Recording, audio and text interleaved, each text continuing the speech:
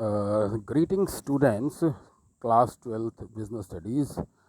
बेटे, to continue this unit number 4, chapter 4.1 planning, we are going to target today's question number 3, which is limitations of planning. Planning की कुछ limitations है बेटे. Planning is needed both in business and non-business organizations. Some people think that planning is based on future anticipations and nothing can be said with certainty about future. Therefore, it is useless process. कई लोगों का कहना है कि ये जो चीज़ है, it is based on uncertainties. ये एक useless process है. But in fact, these peoples point towards the difficulties in the way of planning. Actually में ये प्लानिंग के साथ जो मुश्किलें फेस आती है उनको हाईलाइट करते हैं. पहला पॉइंट है प्लानिंग क्रिएट्स रिजिडिटी. या रिजिडिटी आप समझ लो ज़िद्दीपन है. आपने कुछ प्लान कर लिया. जनरली प्लान्स के अंदर कोई भी चेंज ना तो पॉसिबल है ना फीजिबल है. एक लॉन्ग टर्म प्लान है, मान लो 5 ईयर प्लान है, 4 ईयर प्लान है, उसके अंदर कोई भी चेंज करना ये फीजिबल भी नहीं है, ये कोई ठीक बात भी नहीं है और ये पॉसिबल भी नहीं है. कहता कोई only small changes are possible. These it's very much clear written that only small changes are possible और बिग चेंजेस ना ज़रूरी है ना फीजिबल है. इंटरनल इनफ्लेक्सिबिलिटी क्या होती है? माना प्लानिंग फ्लेक्सिबल है, इसका एक फीचर है, पर इंटरनल फ्लेक्सिबिलिटी क्या है?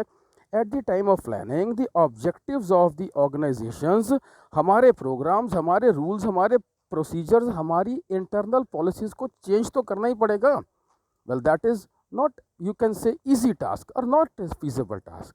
और एक्सटर्नल क्या है यार? एक्सटर्नल का सीधी सी मतलब है नेचुरल क्लाइमेटीज़ हैं या कोई पॉलिटिकल पॉलिसीज़ हैं, न्यू गवर्नमेंट्स हैं, इंपोर्ट एक्सपोर्ट पॉलिसीज़ हैं, टैक्सेशन रेट्स हैं, ये हमारे कंट्रोल में नहीं है. तो वक्त के साथ जब ये बदलेंगे ज़रूरी नहीं है we can face them. So you can say this is internal inflexibility which is not in our control. दूसरा है planning does not work in dynamic environment. यार वक्त बहुत तेज़ी से बदल रहा है. एप्पल फ़ोन का एक नया मॉडल आया हुआ है, 11, 12 वॉट एवर. आप क्या एक्सपेक्ट करते हैं कि एप्पल का 18 मॉडल कैसा होगा, 13 मॉडल कैसा होगा? आपने एप्पल 12 ख़रीद लिया, ऑन द स्पॉट 13 आ गया, 13 ख़रीद लिया, 14 आ गया. आपने कुछ प्लान किया एप्पल 18 के मॉडल के बारे में, what ever is the plan, सोचा था कि 7 साल के बाद आएगा, वक्त इतनी तेज़ी से बदला कि वो 3 साल के बाद ही आ गया. So what ever you are planning is not think कि वो डायरेक्टली टारगेटेड वही रहेगा. एक एग्जाम्पल इसमें दिया हुआ है. फॉर एग्ज़ाम्पल यहाँ पर देखिएगा, ये है फॉर एग्ज़ाम्पल. कहता a company anticipated that the government was thinking about allowing the export of some particular product with the hope the same company started manufacturing. Government, उसको एक होप थी कि गवर्नमेंट इस प्रोडक्ट को शायद एक्सपोर्ट या manufacture करेगी. उसने खुद मैन्युफैक्चर करना शुरू कर दिया. कल को गवर्नमेंट ने किसी पॉलिसी की वजह से इसका एक्सपोर्ट अलाउ नहीं करा. जो प्रॉफिट होने का केस था लॉस में बदल गया. Planning reduce creativity. क्रिएटिविटी का क्या मतलब है? सबका एक फिक्स शेड्यूल है, सबका एक प्री डिटर्मिन्ड शेड्यूल है. अब जब प्री डिटर्मिन्ड में consequently everybody works as they have been directed to do so and it has been made clear in the plans, therefore it checks their incisiveness. It means that they do not think about appropriate ways of discovering new alternatives. We cannot basically tell them to explore new things for innovations because उनका काम पहले से directed है. हम उनको ज़्यादा छेड़छाड़ करने के लिए अलाउ भी नहीं कर सकते.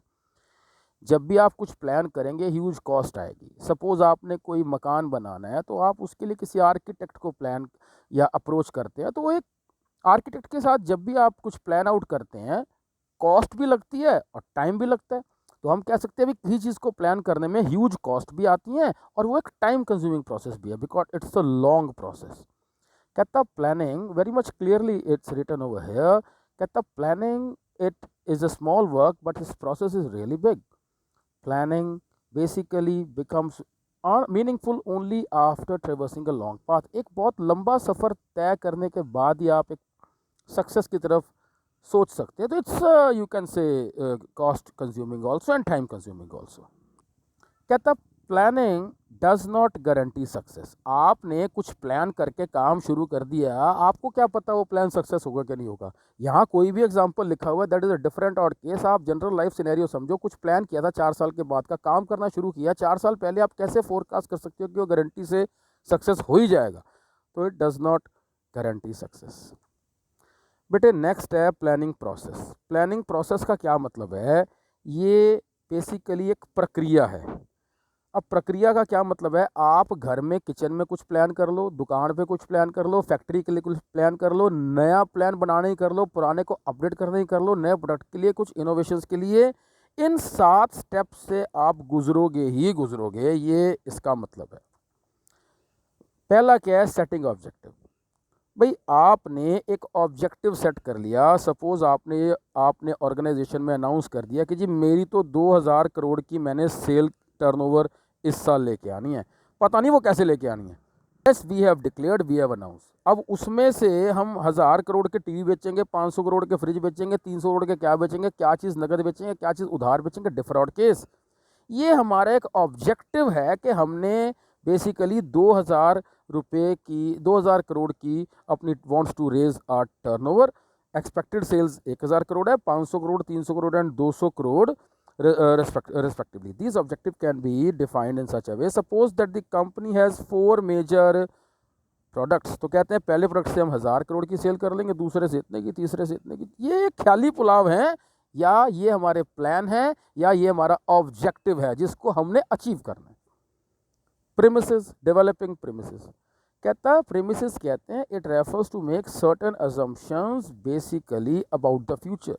भाई फ्यूचर के लिए हमारी क्या assumption, the basis of planning are those factors assumption which influence the possibility of different alternatives.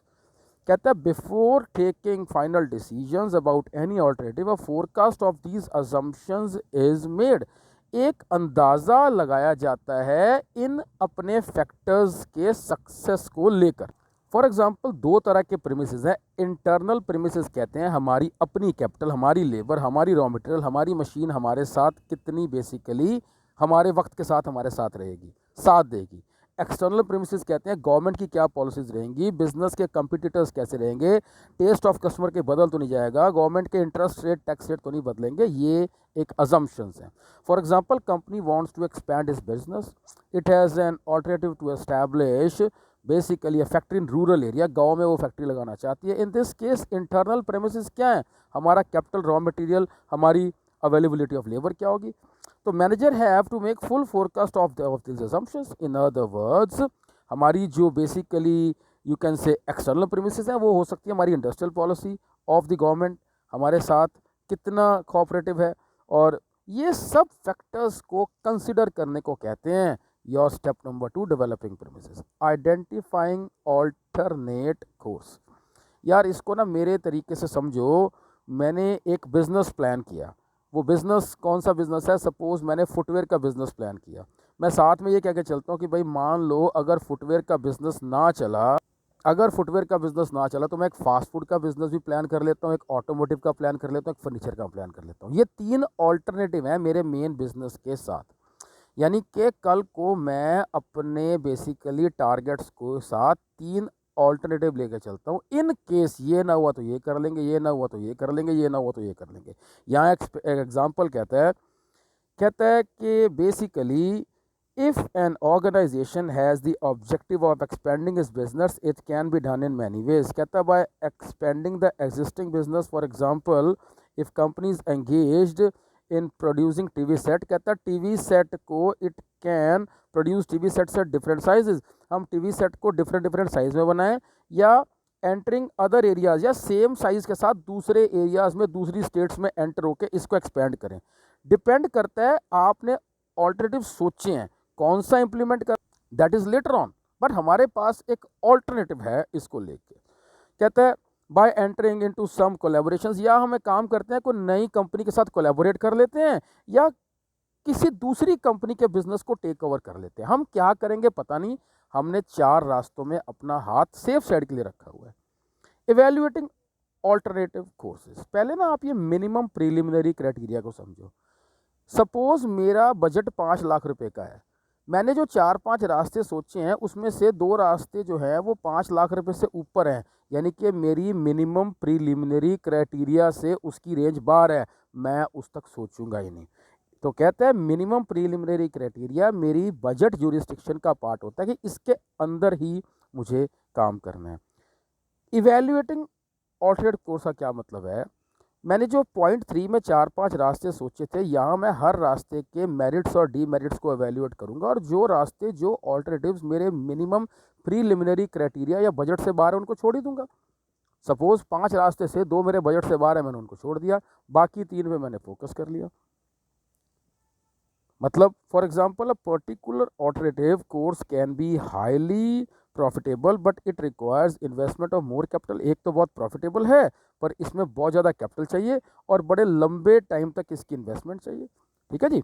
और दूसरा जो है उसमें कैपिटल लेस है and has a short gestation period to yield profits, उसमें प्रॉफिट के बेसिकली जो भी गेस्टेशन पीरियड है वो कम है। You have to basically evaluate all alternatives, कौन सा बेटर है कौन सा वर्स्ट है, सेलेक्टिंग ऑल्टरनेटिव।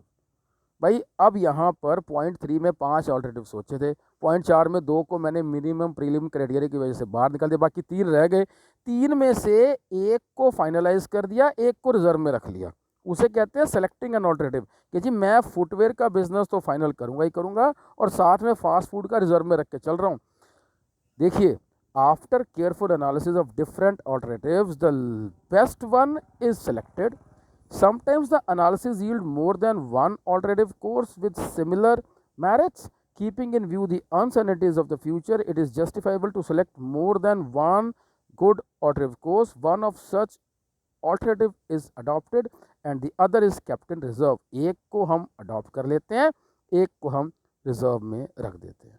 इम्प्लीमेंट का प्लान का मतलब है अब जो फुटवेयर का प्लान किया था उस पर अपनी गाड़ी चढ़ा दी और हमने उसके ऊपर प्रोसीड कर दिया। After deciding the chief plan and the subsidiary plans they are to be implemented. After implementing the plans the sequence of different activities भी फुटवेयर में कौन सा आदमी क्या करेगा, कौन एक टाइम टेबल उसका शेड्यूल, उसके लिए रॉ मटेरियल और फुटवेयर के ऊपर बेसिकली अपने प्लान को एग्जीक्यूट करना। फॉलो अप एक्शन लास्ट क्या है, the process of planning does not end with the implementation of plan. Plans are formulated for the future. आपने ये देखा कि भाई जिस रास्ते पे आप अपनी गाड़ी को लेके जा रहे हो, जिस प्लान के ऊपर आप एग्जीक्यूट कर रहे हो, हर 15 दिन 20 दिन महीने में उसका फॉलोअप करते रहे कि अपने टाइम के हिसाब से उसके सारे एक्शंस या प्रोसीडिंग्स चल रही हैं कि नहीं। Well that is follow up action. So बेटे आज हमने 2 क्वेश्चन करे हैं। Question 3 is limitation of planning and question 4 is planning process. That's it. Goodbye.